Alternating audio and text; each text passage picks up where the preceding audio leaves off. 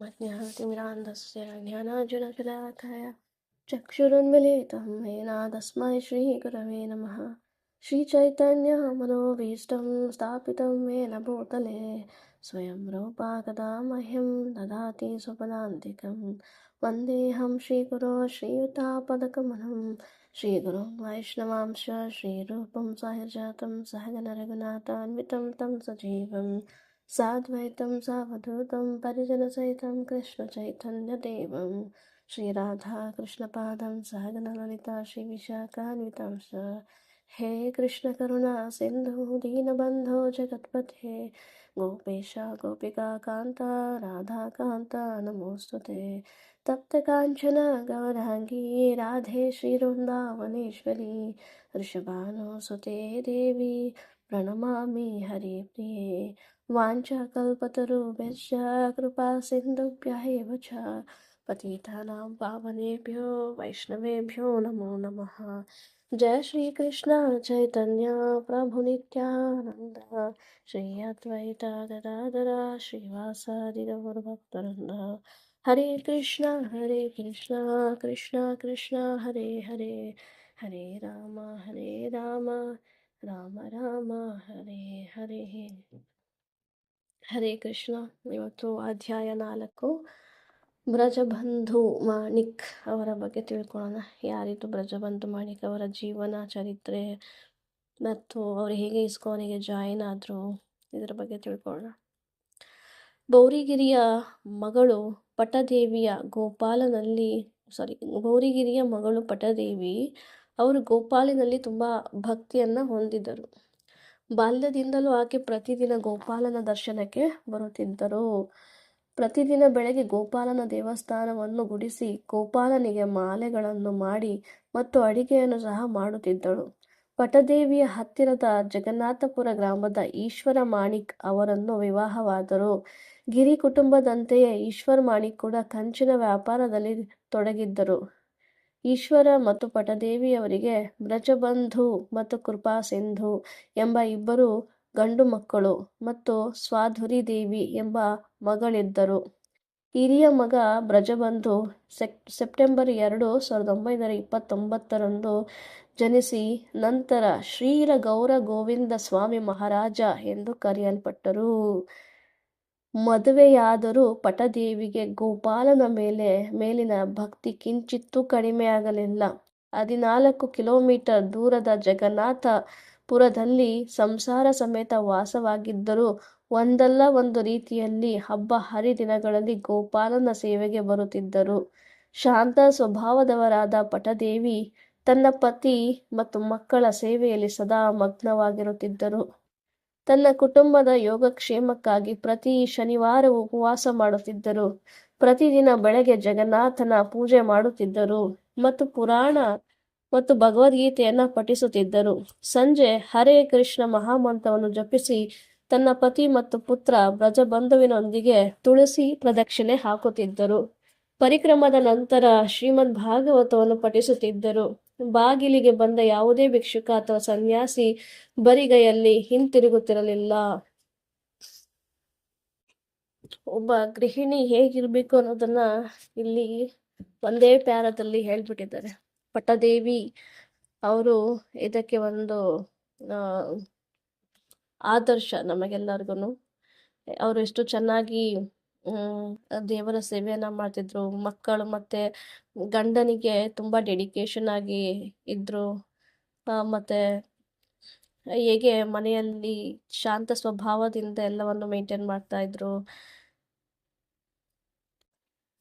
ಪೂಜೆ ಪುನಸ್ಕಾರಗಳು, ಉಪವಾಸಗಳು, ಮತ್ತೆ ಬಾಗಿಲಿಗೆ ಬಂದ ಭಿಕ್ಷುಕ ಸನ್ಯಾಸಿಯರನ್ನು ಕೂಡ ಸೇವೆ ಮಾಡತಕ್ಕಂಥದ್ದು. ಮತ್ತೆ ಜಪವನ್ನ ಯಾವತ್ತೂ ಕಾಂಪ್ರಮೈಸ್ ಮಾಡ್ಕೊಳ್ತಿರ್ಲಿಲ್ಲ. ದಿನ ಸಂಜೆ ತುಳಸಿ ಪ್ರದಕ್ಷಿಣೆಯನ್ನ ಮಾಡಿ ಮಹಾಮಂತ್ರವನ್ನ ಜಪಿಸುವುದು, ಜೊತೆಗೆ ಜಗನ್ನಾಥನ ಸೇವೆ, ಇಷ್ಟರಲ್ಲೇ ಯಾವಾಗಲೂ ತೊಡಗ್ತಾ ಇದ್ರು. ಆದರೆ ಇದೆಲ್ಲರ ಜೊತೆಗೆ ಬ್ಯುಸಿ ಸ್ಕೆಡ್ಯೂಲ್ನಲ್ಲಿ ಕೂಡ ಅವರು ಒಂದೊಂದು ಸಲ ಗೋಪಾಲನನ್ನ ನೋಡೋದಕ್ಕೆ ಅವರು ಹೋಗ್ತಾ ಇದ್ರು ಹಬ್ಬ ಹರಿದಿನಗಳಲ್ಲಿ. ಓಕೆ. ಒಮ್ಮೆ ನಿತ್ಯಾನಂದ ಖಾದಿರತ್ನ ಎಂಬ ಪ್ರಸಿದ್ಧ ಅಂಧ ಜ್ಯೋತಿಯೊಬ್ಬರು ದೇಂಕ ದೇಂಕಾನಲ್ ನಾಲ್ ಢೇಂಕಾನಾಲ್ ನಿಂದ ಪ್ರಯಾಣ ಬೆಳೆಸಿ ಗದಗಿರಿಯಲ್ಲಿ 2 ದಿನ ತಂಗಿದ್ದರು. ಆಗ ಬ್ರಜಬಂಧು ಮಾಣಿಕ್ ಶಿಶುವಾಗಿದ್ದರು.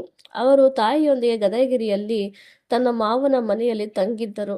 ಮಗುವಿನ ಭವಿಷ್ಯದ ಬಗ್ಗೆ ಸ್ವಲ್ಪ ತಿಳಿಯುವ ಇಚ್ಛೆಯಿಂದ ಪಟ್ಟದೇವಿ ತನ್ನ ಮಗುವನ್ನು ಜ್ಯೋತಿಷಿಯ ಬಳಿಗೆ ಕರೆದೊಯ್ದಳು. ಜ್ಯೋತಿಷಿಯು ಹೀಗೆ ಹೇಳಿದರು: ಈ ಮಗು ತುಂಬಾ ಬುದ್ಧಿವಂತ ಮತ್ತು ಭಕ್ತಿಯಲ್ಲಿ ಪರಿಪೂರ್ಣನಾಗಿರುತ್ತಾನೆ. ಅವನು ಮದುವೆಯಾಗುತ್ತಾನೆ ಮತ್ತು ಸರ್ಕಾರಿ ನೌಕರಿಯನ್ನು ತೆಗೆದುಕೊಳ್ಳುತ್ತಾನೆ ಮತ್ತು ತನ್ನ ಮಧ್ಯ ವಯಸ್ಸಿನಲ್ಲಿ ಕೌಟುಂಬಿಕ ಜೀವನವನ್ನು ತೊರೆದು ಮುಂದೆ ಸನ್ಯಾಸಿಯಾಗುತ್ತಾನೆ. ಅವನು ಉನ್ನತ ಜ್ಞಾನವನ್ನು ಮತ್ತು ಸಾಧುಗಳ ನಡುವೆ ಪ್ರಮುಖ ಸ್ಥಾನವನ್ನು ಗಳಿಸುತ್ತಾನೆ. ಅವನು ದೇವಾಲಯಗಳನ್ನು ನಿರ್ಮಿಸುತ್ತಾನೆ. ಅವನು ಗೋಪಾಲನ ಸ್ಥಾನವನ್ನು ಪ್ರಕಾಶಗೊಳಿಸುವವನು.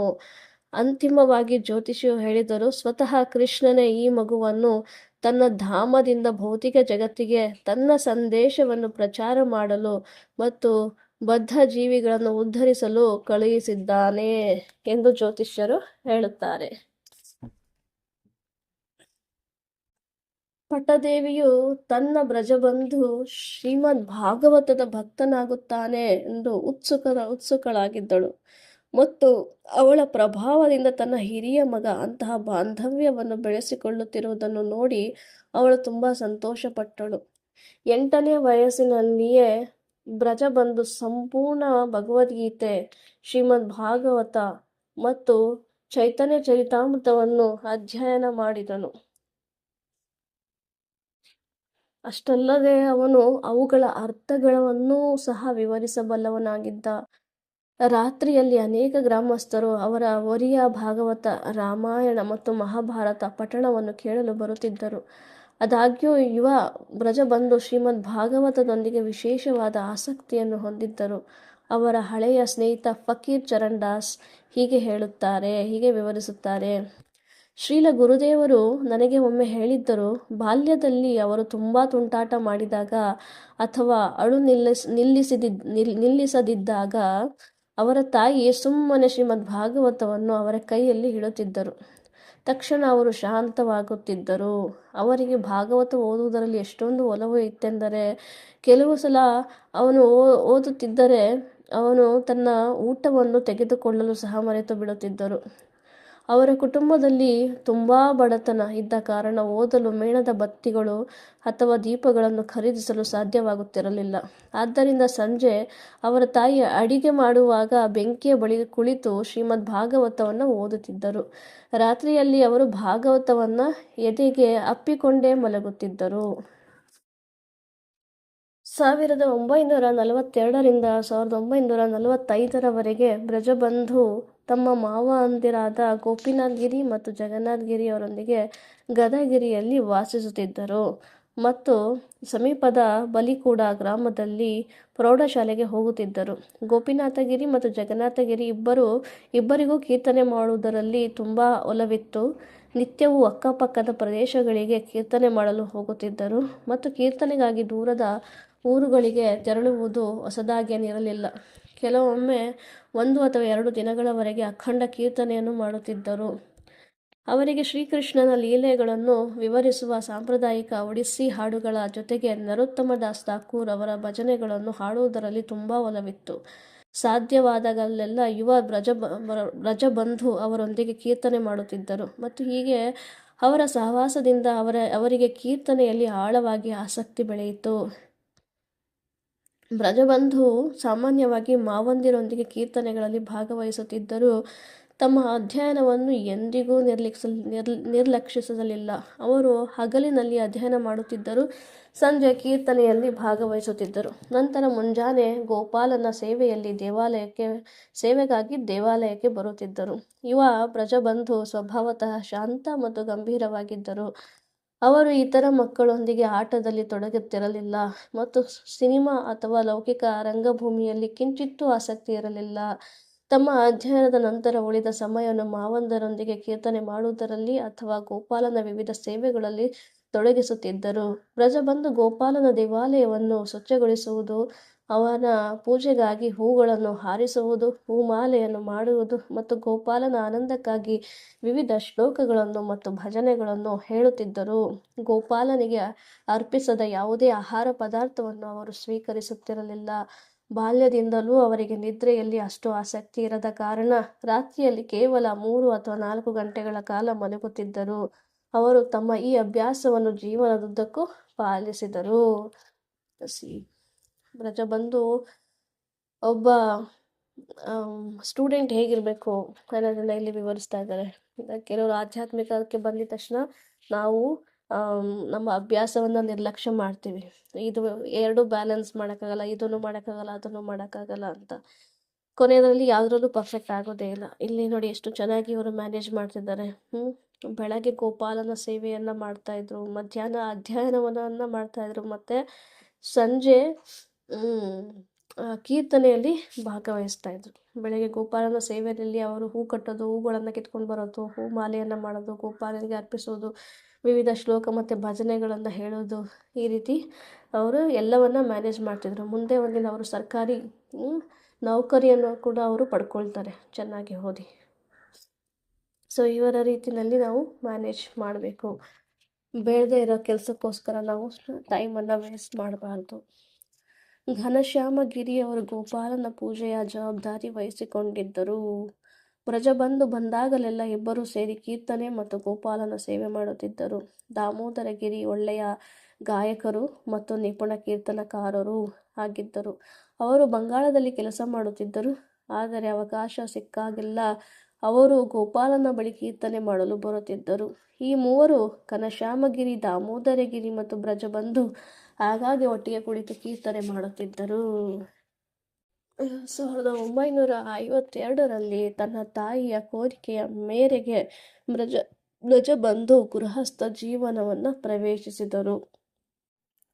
ಅವರು ತಮ್ಮ ಹೆಂಡತಿ ವಸಂತಿ ದೇವಿಯನ್ನು ಮೊದಲು ಬಾರಿ ಭೇಟಿಯಾಗಿದ್ದು ತಮ್ಮ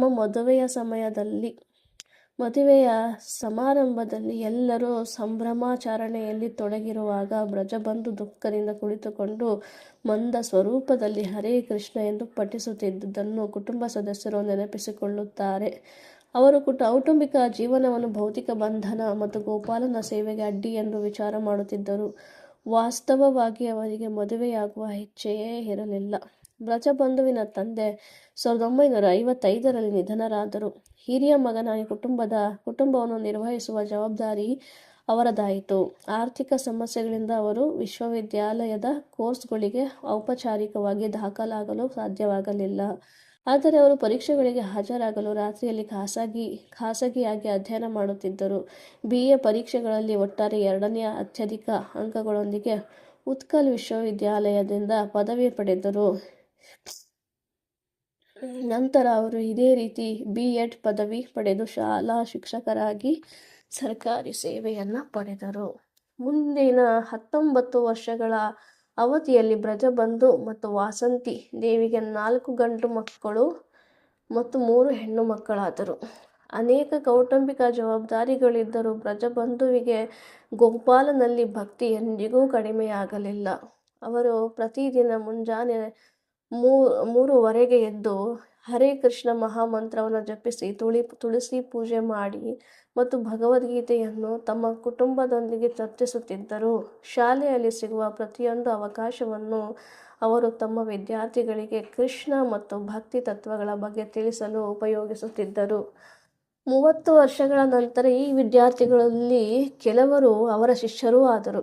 ಶಾಲೆಯ ವಿರಾಮದ ಸಮಯದಲ್ಲಿ ಅವರು ತನ್ನ ಹೆಂಡತಿಯನ್ನು ಕರೆದುಕೊಂಡು ಹಿಮಾಲಯದ ಪರ್ವತಗಳಿಗೆ ಪ್ರಯಾಣಿಸುತ್ತಿದ್ದರು.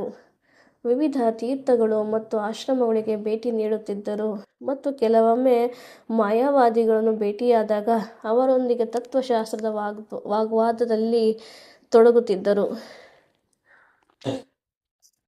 ಅವರ ಜೀವನದುದ್ದಕ್ಕೂ ಅವರು ತಮ್ಮ ದಿನಚರಿಯಲ್ಲಿ ದೈನಂದಿನ ಘಟನೆಗಳನ್ನು ಬರೆಯುತ್ತಿದ್ದರು. ಇವುಗಳಲ್ಲಿ ಬಹುಪಾಲು ಗೋಪಾಲನಿಗೆ ಪತ್ರಗಳ ರೂಪದಲ್ಲಿದ್ದವು. ಪ್ರತಿ ಬರಹ ಪ್ರಭು ಗೋಪಾಲ ಕೃಪಾರು ಕೋಣಸಿಮಾತೆ ದಿನೊತಿ ಕೋಟಿಗಲ ಪ್ರಭು ಗೋಪಾಲನ ಕೃಪೆಯಿಂದ ದಿನವೂ ಹೀಗೆ ಸಾಗಿತ್ತು ಎಂಬ ಸಾಲಿನಿಂದ ಪ್ರಾರಂಭಿಸುತ್ತಿದ್ದರು. ಮತ್ತು ದಯವಿಟ್ಟು ನನಗೆ ಪ್ರೇಮ, ಭಕ್ತಿ, ಭಗವಂತನ ಭಾವಪರವಶತೆಯ ಪ್ರೀತಿಯನ್ನು ಕೊಡಿ ಎಂದು ಗೋಪಾಲನಿಗೆ ಸಲ್ಲಿಸಿದ ಪ್ರಾರ್ಥನೆಯೊಂದಿಗೆ ಕೊನೆಗೊಳ್ಳುತ್ತದೆ. ಅಕ್ಟೋಬರ್ 1, 1973 ಬರಹದಿಂದ ಒಂದು ಉದಾಹರಣೆ. ದುರ್ಗಾ ಪೂಜೆಯ ನಿಮಿತ್ತ ಶಾಲೆಯು ಕೆಲವು ದಿನಗಳವರೆಗೆ ಮುಚ್ಚಿರುತ್ತದೆ. ಅದು ಅಕ್ಟೋಬರ್ 18, 1973 ಗುರುವಾರದಂದು ಪುನಃ ತೆರೆಯುತ್ತದೆ. ಇಂದು ನಾನು ಬಾಣಂಬರರ ಅಂಗಡಿಯಲ್ಲಿ ಶ್ರೀ ಚೈತನ್ಯ ಮಹಾಪ್ರಭುಗಳ ಚಿತ್ರವನ್ನು ನೋಡಿದೆ.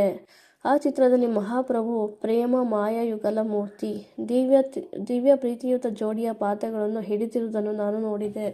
ಶ್ರೀ ಚೈತನ್ಯ ದೇವರು ದಿವ್ಯ ಪ್ರೇಮ ನಾಮ ಕೃಷ್ಣ, ದಿವ್ಯ ಭಾವಪರವಶತೆಯ ಹೆಸರುಗಳನ್ನು ನುಡಿಯಲು ಪ್ರಾರಂಭಿಸಿದರು. ಅವರು ಶುಷ್ಕ ಜ್ಞಾನ, ಒಣ ಜ್ಞಾನವನ್ನು ತಿರಸ್ಕರಿಸಿದರು. ಅವರು ದಿವ್ಯ ನಾಮ ಪ್ರೇಮವನ್ನು ಪ್ರಚಾರ ಮಾಡಿದರು. ಅವರು ನಾಮ ಪ್ರೇಮವನ್ನು ಯಾವುದೇ ಭೇದ ಭಾವವಿಲ್ಲದೆ ಎಲ್ಲರಿಗೂ ನೀಡಿದರು. ಪ್ರೇಮ ತರಂಗ, ಪ್ರೀತಿಯ ಅಲೆಗಳು ಎಲ್ಲ ಕಡೆ ಹರಡಿತು. ಅವರು ಹೋದಲ್ಲೆಲ್ಲ ಪ್ರೇಮ ಅವರನ್ನು ಹಿಂಬಾಲಿಸುತ್ತಿತ್ತು. ಅತ್ಯಂತ ಕಠಿಣ ಹೃದಯದವರಿಗೂ ಆ ಪ್ರೇಮ ಸ್ಪರ್ಶ ಸಿಕ್ಕಿತು ಮತ್ತು ಅವರ ಹೃದಯಗಳು ಬದಲಾಯಿತು. ಇದು ಪ್ರೇಮದ ಅದ್ಭುತ ಶಕ್ತಿ. ಶ್ರೀ ಚೈತನ್ಯ ದೇವರ ಆ ಚಿತ್ರವನ್ನು ನೋಡಿದಾಗ ನನಗೆ ಆ ಪ್ರೇಮದ ಸ್ಪರ್ಶವಾಯಿತು. ಶ್ರೀ ಚೈತನ್ಯ ದೇವರ ಆ ಚಿತ್ರವನ್ನು ನಾನು ಹೇಗೆ ಪಡೆಯಬಹುದು? ಅವರ ಚಿತ್ರವನ್ನು ನೋಡುವುದರಿಂದ ನಾನು ಪ್ರೇಮದ ಸ್ಪರ್ಶವನ್ನು ಪಡೆಯುತ್ತೇನೆ ಮತ್ತು ಪ್ರೇಮದಿಂದ ನಾನು ಅದ್ಭುತ ಸ್ಫೂರ್ತಿ ಮತ್ತು ಆನಂದವನ್ನು ಪಡೆಯುತ್ತೇನೆ. ಆಗ ನಾನು ಆನಂದವನ್ನು ಇತರರಿಗೆ ನೀಡಲು ಸಾಧ್ಯವಾಗುತ್ತದೆ. ಪ್ರಭು ಗೋಪಾಲ, ದಯವಿಟ್ಟು ಈ ಕರುಣೆಯನ್ನು ನನ್ನ ಮೇಲೆ ಧಾರೆ ಎರಿ. ಶ್ರೀ ಪ್ರೇಮಾನಂದಜಿಯವರ ಪ್ರೇಮ ಕುಟೀರದಲ್ಲಿ ನನಗೆ ಆಶ್ರಯ ನೀಡಿ. ಆ ದಿವ್ಯ ಪ್ರೇಮದಲ್ಲಿ ಮುಳುಗಬೇಕು ಮತ್ತು ಇತರರಿಗೆ ಪ್ರೇಮವನ್ನು ನೀಡಿ ಅವರ ಹೃದಯದಲ್ಲಿನ ಬೆಂಕಿಯನ್ನು ಶಾಂತಗೊಳಿಸಬೇಕು. ಇದು ಅವರ ಡೈರಿನಲ್ಲಿ ಬರೆದಿರ್ತಕ್ಕಂಥ ಒಂದು ಉದಾಹರಣೆ. ಅಕ್ಟೋಬರ್ 1, 1973 ಬರೆದಿರ್ತಕ್ಕಂಥದ್ದು. ಅದೇ ರೀತಿ ಇನ್ನೊಂದು ಉದಾಹರಣೆಯನ್ನು ಕೊಡ್ತಾ ಇದ್ದಾರೆ. ಅಕ್ಟೋಬರ್ 9, 1973 ಏನು ಬರೆದಿದ್ದಾರೆ ಅನ್ನೋದನ್ನು ಹೇಳ್ತಾ ಇದ್ದಾರೆ. ಪ್ರಭು ಗೋಪಾಲನ ಕೃಪೆಯಿಂದ ಕಳೆದ 2 ದಿನಗಳಲ್ಲಿ ನನ್ನ ಇಷ್ಟ ದೇವರ ದೇವಸ್ಥಾನದಲ್ಲಿ ಗೀತಾ ಪಾರಾಯಣ ಕಾರ್ಯಕ್ರಮವು ಪೂರ್ಣಗೊಂಡಿತು. ಹೇ ಪ್ರಭು, ಶ್ರೀ ಗೋಪಾಲ, ಪ್ರೇಮಾನಂದ, ಪ್ರೇಮಮಯ ಪುರುಷ, ವೃಂದಾವನ ಬಿಹಾರಿ ಮತ್ತು ರಾಧಾಕಾಂತ ಮುಂತಾದ ದಿವ್ಯ ನಾಮಗಳಿಂದ ಕರೆಯಲ್ಪಡುವ ನಿಮ್ಮ ಅನುಗ್ರಹದಿಂದ ಈ ಗೀತಾ ಪಾರಾಯಣ ಕಾರ್ಯಕ್ರಮವು ಪ್ರೇಮ ಮತ್ತು ಆನಂದದಿಂದ ನೆರವೇರಿತು. ಪ್ರಭು, ನಿಮ್ಮ ಸ್ಥಳವು ಆನಂದಮಯವಾಗಿರಲಿ. ಪ್ರೇಮ ಮತ್ತು ಆನಂದ ವಿತರಣೆಯಾಗಲಿ. ನನ್ನನ್ನು ನಿಮ್ಮ ಸೇವಕನನ್ನಾಗಿ ಮಾಡಿ ಆ ಪ್ರೇಮ ಮತ್ತು ಆನಂದವನ್ನು ವಿತರಿಸಲು ನನಗೆ ಅವಕಾಶ ನೀಡಿ. ನನಗೆ ಮೋಸ ಮಾಡಬೇಡಿ, ಏಕೆಂದರೆ ನೀವು ನನ್ನ ಹೃದಯದಲ್ಲಿರುವ ಅಂತರ್ಯಾಮಿನಾಥ. ನಿಮಗೆ ನನ್ನ ಇಚ್ಛೆ ತಿಳಿದಿದೆ ಮತ್ತು ದಯವಿಟ್ಟು ನನಗೆ ಆ ಪ್ರೇಮ ಮತ್ತು ಆನಂದವನ್ನು ಕೊಡಿ. ನಾನು ಅದನ್ನು ಪಡೆದು ಇತರರಿಗೆ ವಿತರಿಸುವಂತಾಗಲಿ. ನಾನು ಅದನ್ನು ನಿಮ್ಮಲ್ಲಿ ಬೇಡಿಕೊಳ್ಳುತ್ತೇನೆ. 1973 ಬರಹಗಳು ಕೌಟುಂಬಿಕ ಜೀವನವನ್ನು ತಿಳಿಸುವ ಅವರ ಬಲವಾದ ಬಯಕೆಯನ್ನು ಪದೇ ಪದೇ ಉಲ್ಲೇಖಿಸುತ್ತವೆ. ಹಾಗೆ ಅದೇ ಡೈರಿಯಿಂದ ಇನ್ನೊಂದು ಉದಾಹರಣೆಯನ್ನು ಕೊಡ್ತಾ ಇದ್ದಾರೆ. ಅಕ್ಟೋಬರ್ 10, 1973 ಇಂದು ಮಹೋತ್ಸವವಿತ್ತು. ಹಬ್ಬ ಪ್ರಸಾದವನ್ನು ವಿತರಿಸಲಾಯಿತು ಮತ್ತು ಬಾಲಗೋಪಾಲ ಲೀಲಾ, ನಿಮ್ಮ ಬಾಲ್ಯದ ಲೀಲೆಗಳನ್ನು ಪಠಿಸಿದೆವು. ಓ ಪ್ರಭು ಗೋಪಾಲ, ಶ್ರೀಮತಿ ರಾಧಾರಾಣಿಯ ಕೋಪವನ್ನು ಕೃಷ್ಣನು ಹೇಗೆ ಮುರಿಯುತ್ತಾನೆ ಎಂಬ ಕಥೆಯನ್ನೊಳಗೊಂಡ ಮಾನಭಂಜನ ಲೀಲೆಯ ಗೀತೆಗಳನ್ನು ಕೇಳಲು ನನಗೆ ಬಹಳ ಸಮಯದಿಂದ ಆಸೆ ಇತ್ತು. ಪ್ರೇಮಮಯಿ ರಾಧಾರಾಣಿ ಪ್ರೀತಿಯ ಅಭಿಮಾನವನ್ನು ಬೆಳೆಸಿಕೊಂಡಿದ್ದಳು ಮತ್ತು ಕೃಷ್ಣನು ತೀವ್ರವಾದ ವಿರಹ ಕಾತರವನ್ನು, ಅಗಲಿಕೆಯ ವೇದನೆಯನ್ನು ಅನುಭವಿಸುತ್ತಿದ್ದನು, ಏಕೆಂದರೆ ರಾಧಾರಾಣಿ ಅವಳನ್ನು ನೋಡಲು ಅನುಮತಿ ನೀಡಲಿಲ್ಲ. ಆದ್ದರಿಂದ ಮಾನಭಂಜನದ ಅವಶ್ಯಕತೆ ಇತ್ತು. ಇಂದು ಭಗವಂತನ ಕೃಪೆಯಿಂದ ಇದು ಸಾಧ್ಯವಾಯಿತು. ವೃಂದಾವನ ಬಿಹಾರಿ ಕೃಷ್ಣ ಪ್ರೇಮ ಭಿಕಾರಿಯಾದ ರಾಧಾಳ ಪ್ರೇಮದ ಒಬ್ಬ ಭಿಕ್ಷುಕ ರಾಧಾರಾಣಿಯಿಂದ ಪ್ರೇಮಧನವನ್ನು ಬೇಡಲು ನನ್ನ ಗೋಪಾಲ ಸನ್ಯಾಸಿಯಂತೆ ವೇಷ ಧರಿಸಿದ್ದಾನೆ.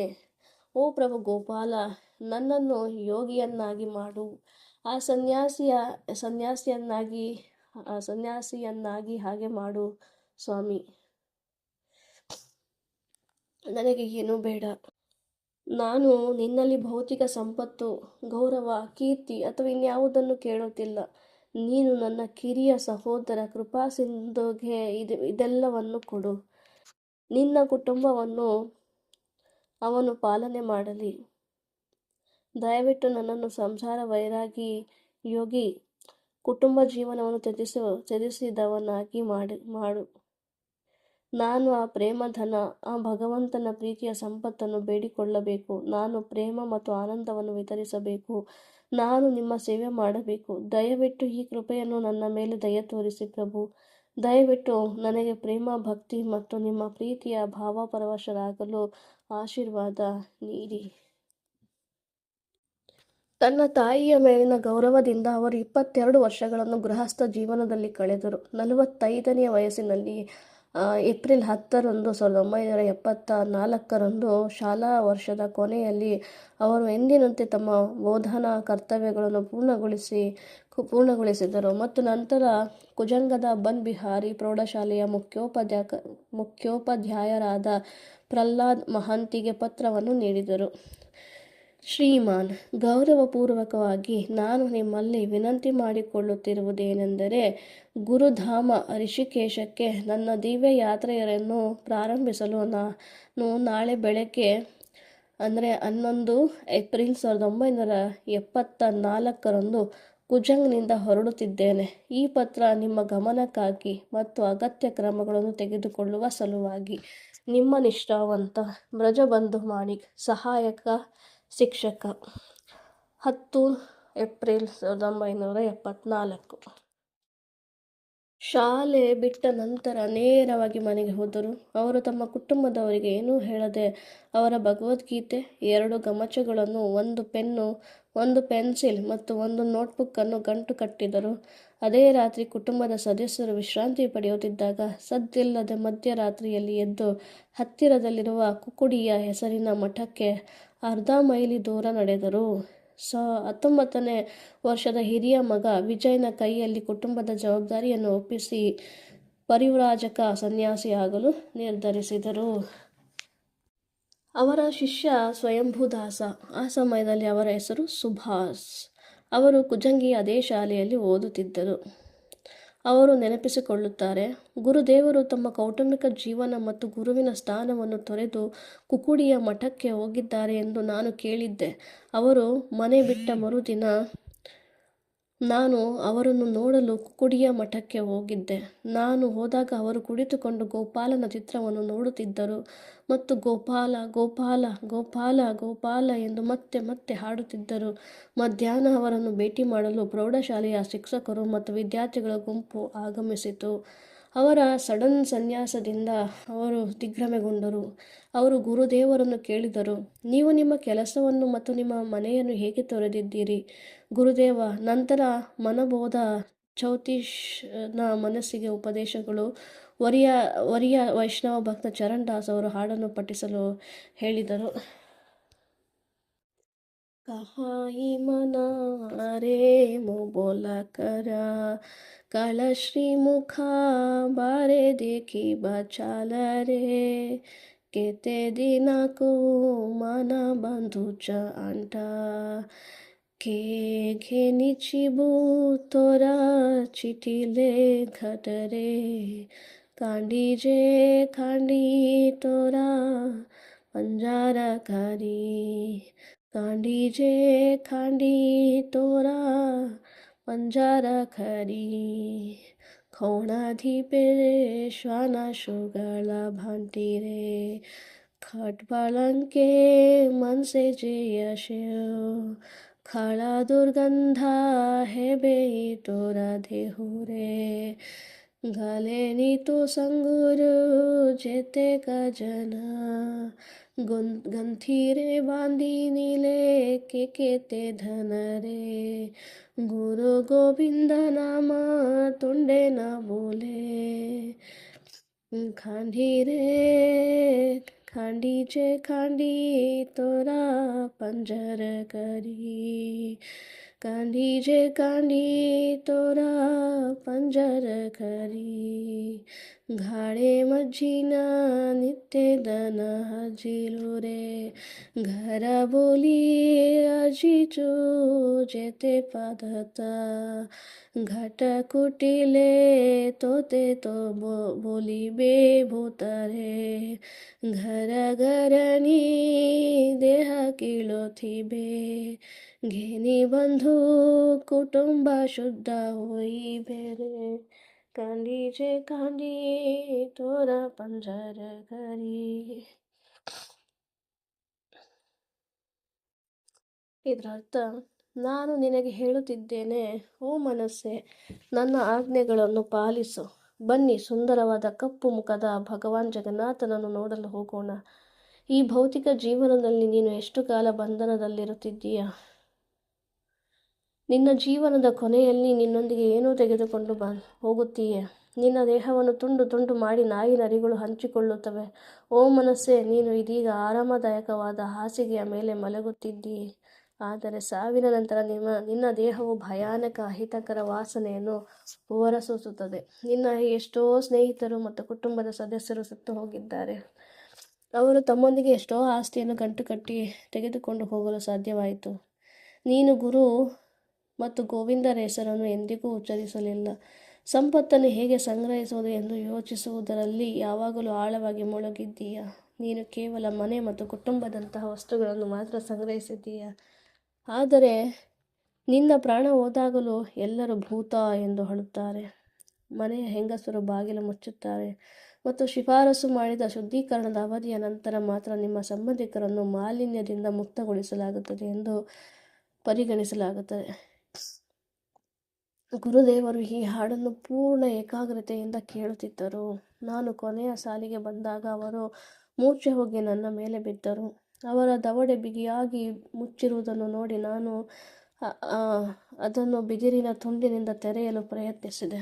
ಈ ರೀತಿ ಮೂರ್ಛೆ ಹೋಗಿರುವುದನ್ನು ಕಂಡ ಶಿಕ್ಷಕರು ಗುರುದೇವ ಸಾಮಾನ್ಯ ವ್ಯಕ್ತಿಯಲ್ಲ ಎಂದು ಮನವರಿಕೆ ಮಾಡಿಕೊಂಡರು ಮತ್ತು ಅವರು ನಿಜವಾಗಿಯೂ ಮನೆ ಬಿಟ್ಟು ಆಧ್ಯಾತ್ಮಿಕ ಜೀವನಕ್ಕೆ ಅರ್ಹರು ಎಂದು ಅರಿತರು. ಆದರೆ ವಿದ್ಯಾರ್ಥಿಗಳು ಅವರ ಶಾಲೆಗೆ ಮರಳಬೇಕೆಂದು ಬಯಸಿದ್ದರು. ಅವರ ಮನಸ್ಥಿತಿಯನ್ನು ಅರ್ಥ ಮಾಡಿಕೊಂಡು ನಾನು ಹೇಳಿದೆ, ಸದ್ಯ ಅವರು ಮೂರ್ಛೆ ಹೋಗಿದ್ದಾರೆ, ಆದ್ದರಿಂದ ಅವರನ್ನು ಸುಲಭವಾಗಿ ಮನೆಗೆ ಕರೆದೊಯ್ಯಬಹುದು. ಆದ್ದರಿಂದ ನೀವು ಹೋಗಿ ಮೋಟಾರ್ ರಿಕ್ಷಾ ತೆಗೆದುಕೊಂಡು ಬನ್ನಿ. ಅವರು ಮೋಟಾರ್ ರಿಕ್ಷಾವನ್ನು ತರಲು ಹೋದ ತಕ್ಷಣ ನಾನು ಗುರುದೇವರನ್ನು ಅವರೆಲ್ಲ ಹುಡುಕಲು ಸಾಧ್ಯವಾಗದ ಸ್ಥಳಕ್ಕೆ ಕರೆದುಕೊಂಡು ಹೋದೆ. ಸ್ವಲ್ಪ ಸಮಯದ ನಂತರ ನಾವು ಮಠಕ್ಕೆ ತೆರಳಿದೆವು. ಅದೇ ದಿನ ಸಂಜೆ ಗುರುದೇವರ ಪತ್ನಿ ವಸಂತಿ ದೇವಿ ಮಠಕ್ಕೆ ಬಂದರು. ಗುರುದೇವರು ಅವರಿಗೆ ಕೋಣೆಯೊಳಗೆ ಮಲಗಲು ಹೇಳಿದರು ಮತ್ತು ಅವರೇ ನನ್ನೊಂದಿಗೆ ತೆಂಗಿನ ಎಲೆಯ ಮೇಲೆ ಮಲಗಿದ್ದರು. ಬೆಳಿಗ್ಗೆ ನಾನು ಗುರುದೇವರಿಗೆ ಎಲೆಗಳಿಂದ ಅವರ ದೇಹದ ಮೇಲೆ ಹೇಗೆ ಹಚ್ಚವು ಮೂಡಿದೆ ಎಂದು ತೋರಿಸಿದೆ. ಅವರು ಹೌದು, ವೈರಾಗ್ಯ ಜೀವನ ಹೀಗೆ ಎಂದು ಹೇಳಿದರು. ಅವರ ಹೆಂಡತಿಗೆ ಅವರ ಮನೆಗೆ ಹಿಂತಿರುಗುವಂತೆ ಮನವೊಲಿಸಲು ಸಾಧ್ಯವಾಗಲಿಲ್ಲ ಮತ್ತು ಅವರು ಆಕೆಯನ್ನು ಬೆಳಿಗ್ಗೆ ಮನೆಗೆ ಕಳುಹಿಸಿದರು. ಅವರು 5-6 ದಿನಗಳ ಕಾಲ ಕುಕುಡಿಯ ಮಠದಲ್ಲಿ ತಂಗಿದ್ದರು. ಆ ಸಮಯದಲ್ಲಿ ಅವರು ತಮ್ಮ ಕಿರಿಯ ಸಹೋದರ ಕೃಪಾ ಸಿಂಧು ಅವರನ್ನು ಕರೆದು ತಮ್ಮ ಕುಟುಂಬವನ್ನು ನೋಡಿಕೊಳ್ಳುವಂತೆ ಕೇಳಿಕೊಂಡರು. ನಂತರ ಅವರು ಕುಕುಡಿಯ ಮಠವನ್ನು ತೊರೆದು 14 ಕಿಲೋಮೀಟರ್ ನಡೆದು ಸನ್ಯಾಸ ಸ್ವೀಕರಿಸಲು ಗೋಪಾಲನ ಅನುಮತಿಯನ್ನು ಪಡೆಯಲು ಗದಗಿರಿಗೆ ಹೋದರು. ತಮ್ಮ ಹಿಂದಿನ ಜೀವನವನ್ನು ತೊರೆದ ಬ್ರಜಬಂಧು ಹೊಸ ಹೆಸರನ್ನು ಸ್ವೀಕರಿಸಿದರು, ಗೌರ್ ಗೋಪಾಲ್. ಚೈತನ್ಯ ಮಹಾಪ್ರಭುಗಳಿಗೆ ಗೌರ್, ಭಗವಾನ್ ಗೌರಾಂಗ ಎಂದು ಕರೆಯುತ್ತಾರೆ ಮತ್ತು ಅವರ ಬಾಲ್ಯದ ಪ್ರೀತಿಯ ಗೋಪಾಲನ ಸ್ಮರಣೆಗಾಗಿ ಗೌರ್ ಗೋಪಾಲ್ ಬಂದಾಗ ಘನಶ್ಯಾಮಗಿರಿ ಗದಗಿರಿಯಲ್ಲಿದ್ದರು. ಅವರು ನೆನಪಿಸಿಕೊಳ್ಳುತ್ತಾರೆ, ಅವರು ಗೌರ್ ಗೋಪಾಲ್ ಮಧ್ಯಾಹ್ನ 2 ಗಂಟೆಗೆ ಗೋಪಾಲನ ದೇವಸ್ಥಾನಕ್ಕೆ ಬಂದರು. ಸಾಮಾನ್ಯವಾಗಿ ಮಧ್ಯಾಹ್ನ 12 ಗಂಟೆಗೆ ಗೋಪಾಲನ ಆರತಿ ಪ್ರಾರಂಭವಾಗುತ್ತದೆ ಮತ್ತು 2 ಗಂಟೆಗೆ ಆರತಿ ಮುಗಿಯುತ್ತದೆ ಮತ್ತು ಎಲ್ಲ ದರ್ಶನಾರ್ಥಿಗಳು ಪ್ರಸಾದವನ್ನು ತೆಗೆದುಕೊಳ್ಳುತ್ತಾರೆ. ಹೇಗೋ ಅಂದು ಕೀ ಕಳೆದು ಗೋಪಾಲನ ಸೇವೆ ತಡವಾಯಿತು. ಗುರುದೇವರು ಅಲ್ಲಿಗೆ ತಲುಪಿದಾಗ ಆಗಲೇ ಆರತಿ ಶುರುವಾಗಿತ್ತು. ಗೋಪಾಲ ತನ್ನ ಪ್ರೀತಿಯ ಭಕ್ತನನ್ನು ನೋಡಲು ಸಾಧ್ಯವಾಗುವಂತೆ ಈ ವ್ಯವಸ್ಥೆಯನ್ನು ಮಾಡಿದ್ದಾನೆ ಎಂದು ನಾನು ಭಾವಿಸುತ್ತೇನೆ. ಮಧ್ಯಾಹ್ನದ ಆರತಿಯ ನಂತರ ಗೌರ್ ಗೋಪಾಲ್ ಭಕ್ತರ ಮುಂದೆ ಭಗವದ್ಗೀತೆ ಮತ್ತು ರಾಮಚರಿತ ಮಾನಸಗಳನ್ನು ಪಠಿಸಿದರು. ಶ್ರೀರಾಮನು ವನವಾಸಕ್ಕೆ ಕಾಡಿಗೆ ಹೋಗುವ ಲೀಲೆಯ ವರ್ಣನೆ ಬಂದಾಗ ಗೌರ್ ಗೋಪಾಲರು ಸನ್ಯಾಸಿ ಭಿಕ್ಷೆ ಬೇಡುವ ರೀತಿಯಲ್ಲಿ ಕುತ್ತಿಗೆಗೆ ಬಟ್ಟೆಯನ್ನು ಹಿಡಿದು ಗದ್ಗದ ಧ್ವನಿಯಲ್ಲಿ ರಾಮಚಂದ್ರರು ಹೇಳಿದ ಪದ್ಯವನ್ನು ಹಾಡಲು ಪ್ರಾರಂಭಿಸಿದರು. ವನೆಗಲೆ ಮಹೀನ್ ಮುನಿ ಜನೆ ಭೇಟಿ ಸಾತಕ ಕರೀಬ ಪ್ರಾಣ. ನಾನು ಕಾಡಿಗೆ ಹೋದರೆ ಅನೇಕ ಋಷಿಗಳ ದರ್ಶನ ಮತ್ತು ಸಹವಾಸವನ್ನು ಪಡೆಯುತ್ತೇನೆ. ಅವರ ಮೂಲಕ ನನ್ನ ಜೀವನದ ಆಸೆ ಈಡೇರುತ್ತದೆ. ಕಥಾ ಚರ್ಚೆಯ ನಂತರ ಗೋಪಾಲನ ಸಂಜೆ ಆರತಿ ಪ್ರಾರಂಭವಾಯಿತು. ಬ್ರಜಬಂಧುವಿನ ಸೋದರ ಸಂಬಂಧಿ ದಾಮೋದರ ಗಿರಿ ಕೀರ್ತನೆಯನ್ನು ಪ್ರಾರಂಭಿಸಿದರು ಮತ್ತು ಗೌರ್ ಗೋಪಾಲ್ ಅವರಿಗೆ ಒರಿಯಾ ಕವಿ ಜಯದೇವ ಗೋಸ್ವಾಮಿಯವರು ರಚಿಸಿದ ದಶಾವತಾರ ಸ್ತೋತ್ರವನ್ನು ಹಾಡಲು ಕೇಳಿದರು. ಆರತಿಯನ್ನು ಅನುಸರಿಸುತ್ತಾ ಗೌರ್ ಗೋಪಾಲ್ ಭಕ್ತರಲ್ಲಿ ವಿನಂತಿಸಿದರು, ನೀವು ಯಾವಾಗಲೂ ಈ ಹಾಡನ್ನು ಗೋಪಾಲನಿಗೆ ಹಾಡಬೇಕು ಮತ್ತು ಕೃಷ್ಣ ಪ್ರಜ್ಞೆಯಲ್ಲಿ ನೆಲೆಸಬೇಕು. ಇಲ್ಲದಿದ್ದರೆ ನಿಮ್ಮ ಜೀವನಕ್ಕೆ ಯಾವುದೇ ಬೆಲೆ ಇಲ್ಲದಂತಾಗುತ್ತದೆ. ಬ್ರಜಬಂಧು ಗೃಹಸ್ಥ ಜೀವನವನ್ನು ತ್ಯಜಿಸಿದ ಸುದ್ದಿಯನ್ನು ಕೇಳಿ ಕುಟುಂಬದವರೆಲ್ಲರೂ ಮತ್ತು ಹಳೆಯ ಸ್ನೇಹಿತರನ್ನು ಒಳಗೊಂಡಂತೆ ಅನೇಕ ಗ್ರಾಮಸ್ಥರು ಒಂದು ಸಂಜೆ ದೇವಸ್ಥಾನಕ್ಕೆ ಬಂದರು. ಎಲ್ಲರೂ ಅವನ ಹೆಂಡತಿ ಮತ್ತು ಕುಟುಂಬದೊಂದಿಗೆ ಜಗನ್ನಾಥಪುರಕ್ಕೆ ಹಿಂತಿರುಗುವಂತೆ ವಿನಂತಿಸಿದರು. ಆದರೆ ಅವರ ಹಳೆಯ ಸ್ನೇಹಿತರಲ್ಲಿ ಒಬ್ಬರಾದ ಸತ್ಯಾನಂದ ಕಂದಿ ಅವರನ್ನು ಬೆಂಬಲಿಸಿ ಮಾತನಾಡಿದರು. ನೀವು ಅವರನ್ನು ಹೋಗಲು ಬಿಡಬೇಕು. ಅಮೃತವನ್ನು ಸವಿದವನು ನೀರಿಂದ ಹೇಗೆ ತೃಪ್ತಿ ಹೊಂದಲು ಸಾಧ್ಯ? ಅಂದು ರಾತ್ರಿ ಗೌರ್ ಗೋಪಾಲರು ಗೋಪಾಲನ ದೇವಸ್ಥಾನದಲ್ಲಿ ವಿಶ್ರಮಿಸಿದರು. ರಾತ್ರಿಯ ಕೊನೆಯ ಭಾಗದಲ್ಲಿ ಗೌರ್ ಗೋಪಾಲರು ಒಬ್ಬ ಭಕ್ತರನ್ನು ಎಬ್ಬಿಸಿ ಅವರಲ್ಲಿ ಹೇಳಿದರು, ನಾನು ಗೋಪಾಲನ ಅಪ್ಪಣೆಯನ್ನು ಸ್ವೀಕರಿಸಿದ್ದೇನೆ, ನಾನು ಸನ್ಯಾಸಿಯಾಗುತ್ತೇನೆ. ಅವರು ಬೆಳಿಗ್ಗೆ ಹೊರಟಾಗ ಅವರ ಹಳೆಯ ಸ್ನೇಹಿತರು ಮತ್ತು ಸಂಬಂಧಿಕರು ಮತ್ತೆ ಅವರನ್ನು ಭೇಟಿ ಮಾಡಲು ಬಂದರು. ಗೌರ್ ಗೋಪಾಲರು ದಾಮೋದರಗಿರಿಗೆ ಟೀಕಾ ಗೋವಿಂದ ಚಂದ್ರ ಹಾಡಲು ಹೇಳಿದರು. ಬೋಲು ಕಿನ ರಾಮ ನಾಮ ರೇ ಗೋವಿಂದ ಭಜು ಕಿನ ರಾಮ ನಾಮ ಭಜಿನ ಪಾರಿಲೆ ಕುಲ ಚಂದ್ರ ಮಾರೆ ಬಂದಿನೆ ಬಕಾಲಯಮ ಸೇಹಿ ಕಾಳಯಮ ಬಡ ನಿದರೋಣ. ನಾವು ರಾಮ ಮತ್ತು ಗೋವಿಂದನ ನಾಮಗಳನ್ನು ಜಪಿಸದಿದ್ದರೆ, ನಾವು ರಾಮನಾಮದ ಭಜನೆ ಮಾಡದಿದ್ದರೆ ಮತ್ತು ನಾವು ನಿನ್ನನ್ನು ಪೂಜಿಸದಿದ್ದರೆ, ಓ ಜೀವಿಗಳ ಚಂದ್ರನೇ, ಆಗ ನಾವು ಮೃತ್ಯುದೇವನಾದ ಯಮರಾಜನಿಂದ ಬಂಧಿಸಲ್ಪಡುತ್ತೇವೆ. ಮೃತ್ಯುದೇವನ ಬಂಧನ ತುಂಬ ನೋವಿನಿಂದ ಕೂಡಿದೆ. ಆಗ ಗೌರ್ ಗೋಪಾಲ್ ಭಕ್ತರಿಗೆ, ನಾನು ಹೋಗುತ್ತಿದ್ದೇನೆ, ನಾನು ನಿಮ್ಮೆಲ್ಲರಿಗೂ ಪತ್ರ ಬರೆಯುತ್ತೇನೆ, ದಯವಿಟ್ಟು ಉತ್ತರಿಸಿ. ಇಲ್ಲಿರುವ ಎಲ್ಲ ಭಕ್ತರು ನುರಿತ ಕೀರ್ತನಕಾರರು, ಆದ್ದರಿಂದ ಯಾವಾಗಲೂ ಗೋಪಾಲನ ಸಂತೋಷಕ್ಕಾಗಿ ಕೀರ್ತನೆ ಮಾಡಿ. ಹಾಗೆಯೇ ಗೋಪಾಲನನ್ನು ಚೆನ್ನಾಗಿ ನೋಡಿಕೊಳ್ಳಿ. ಗೋಪಾಲ ನಂದ ಮಹಾರಾಜನ ಮಗ, ಅವನು ಹೀಗೆ ಇರಬಾರದು. ಅಲ್ಲಿನ ಭಕ್ತರು ಅವರನ್ನು ಸರಳವಾದ ವಿಧಾನಗಳಿಂದ ಆತನನ್ನು ಪೂಜಿಸುತ್ತಿದ್ದರು. ಗೋಪಾಲನ ಸ್ಥಳವನ್ನು ಪಾಲಿಸಲು ಮತ್ತು ಅಭಿವೃದ್ಧಿಪಡಿಸಲು ನಾವೆಲ್ಲರೂ ಒಟ್ಟಾಗಿ ಸಹಕರಿಸೋಣ. ಹರೇ ಕೃಷ್ಣ. ಇಲ್ಲಿ 4ನೇ ಅಧ್ಯಾಯ ಮುಗೀತು. ಸೊ ಇದರಲ್ಲಿ ನಾವು ಏನು ತಿಳ್ಕೊಂಡ್ವಿ? ಬ್ರಜಬಂಧು ಮಾಣಿಕ್ಯ ಅವರ ಜನ್ಮ. ಬ್ರಜಬಂಧು ಅವರು ಯಾರು? ಗೌರ್ ಗೋಪಾಲ ಸ್ವಾಮಿಯವರು. ಅವರ ಬಾಲ್ಯ ಮತ್ತು ಅವರ ವಿವಾಹದ ಬಗ್ಗೆ ತಿಳ್ಕೊಂಡು, ಕೌಟುಂಬಿಕ ಜೀವನ, ಅದಾದಮೇಲೆ ಅವರ ಸನ್ಯಾಸ ಜೀವನ, ಮನೆ ತ್ಯಾಗವನ್ನು ಮಾಡಿ ಹೀಗೆ ಸನ್ಯಾಸವನ್ನು ಸ್ವೀಕಾರ ಮಾಡಿದರು, ಇದೆಲ್ಲ ತಿಳ್ಕೊಂಡ್ವಿ. ಧನ್ಯವಾದಗಳು. ವಾಂಛಾಕಲ್ಪತರುಭ್ಯಶ್ಚ ಕೃಪಾಸಿಂಧುಭ್ಯೇವ ಚ ಪತಿತಾನಾಂ ಪಾವನೇಭ್ಯೋ ವೈಷ್ಣವೇಭ್ಯೋ ನಮೋ ನಮಃ. अनंत कोटि वैष्णव वृंद की जय. नामाचार्य श्री हरिदास ठाकुर की जय.